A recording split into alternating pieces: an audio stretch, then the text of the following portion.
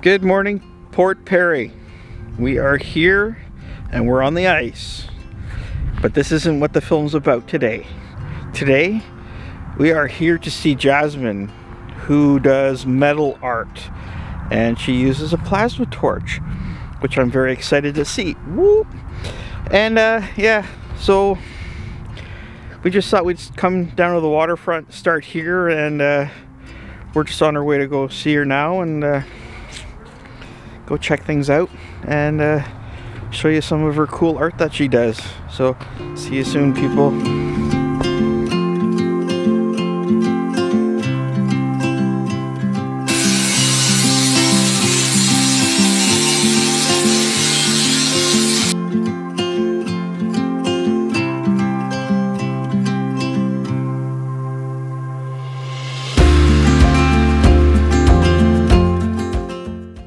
All right, so let's just learn a bit about you first. Tell us about yourself. My name's Jasmine Rutschman. I'm a Canadian metal artist.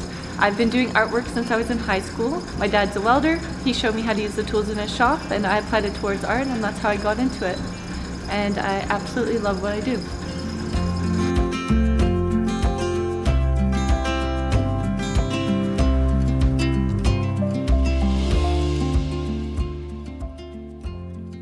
Tell us a little bit about your hometown and what you like here. I'm from Port Perry, Ontario. What do I like here? I like the charm that a small town has. It's always fun when you go into town and you know you're gonna run into someone you know. It happens every time. You go anywhere, you're just recognized, and it's kind of nice. I was traveling the last few months. I went on 3 trips, but coming home always feels nice, and just knowing you're in a community that supports you, I think, is really important. And they have lots of supports for artists as well. So School Council for the Arts is great. Just being in Port Perry is awesome.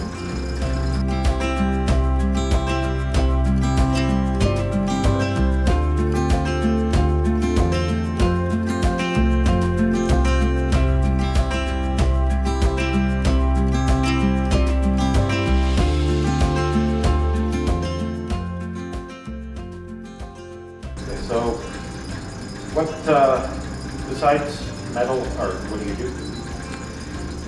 What else do I do? This is my life, but I'm also a model, and I read a lot of books and podcasts, and I just love personal development and growing and doing new things and learning new things. That's really important to me. I go to conferences around the world, attending personal development, networking, and meeting new people, and yeah.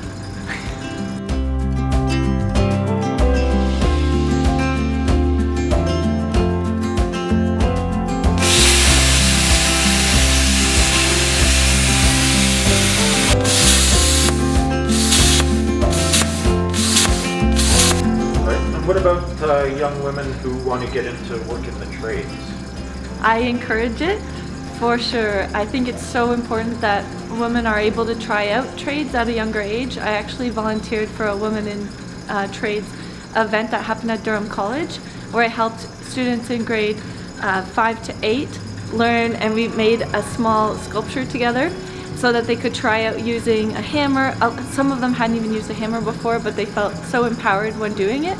And I think that's just a really great thing for them to pursue or try, and just check it out and see if they like it.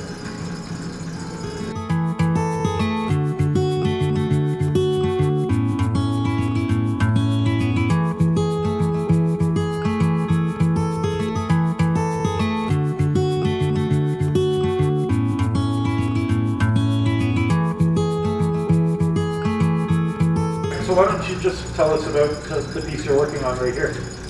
So this piece is called Married to the Dream. So as you can see, the way that I was interpreting what I've drawn is she's in a wedding dress. This is the Brooklyn Bridge. She has a decision to make whether to follow her dreams or not. In this, there's a bench, so it's like there's 2 different paths she could take.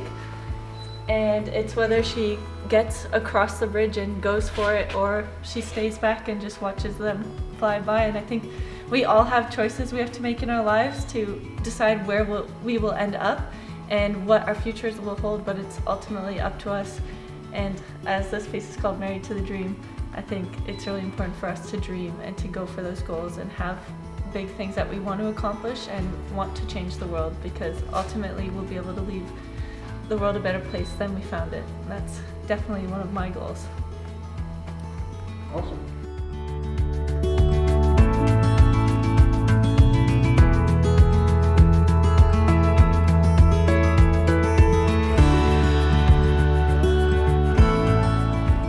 Started, my dad was like, yeah, you're not using new material, go to the scrap bin and pick from there. So when I did that, I started to realize the reclaimed materials had a really interesting story to tell, and also what else is older metal that I could work on. So I found saws, shovels, paint cans, wheelbarrows, oil tanks, and it went from there, just kept progressing. Anything old and metal that's not galvanized, I can work on and bring a second life to. One of the reasons my art is called Soul on Fire is because I find it really interesting that I'm able to look at a piece for what it is and also envision it for what it could be. And I see that in people's lives as well. When I cut away what no longer serves the piece, I'm able to create it and transform it into an entirely new piece of art. If we let go of things that we're holding on to, we can also find beauty in our lives when we live in the present and focus on the future.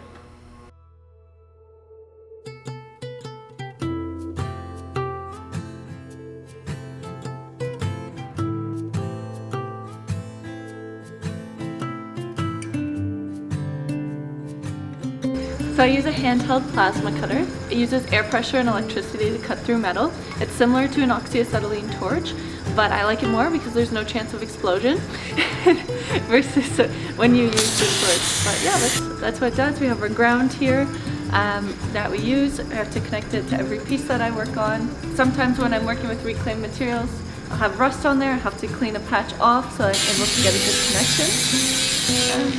Yeah.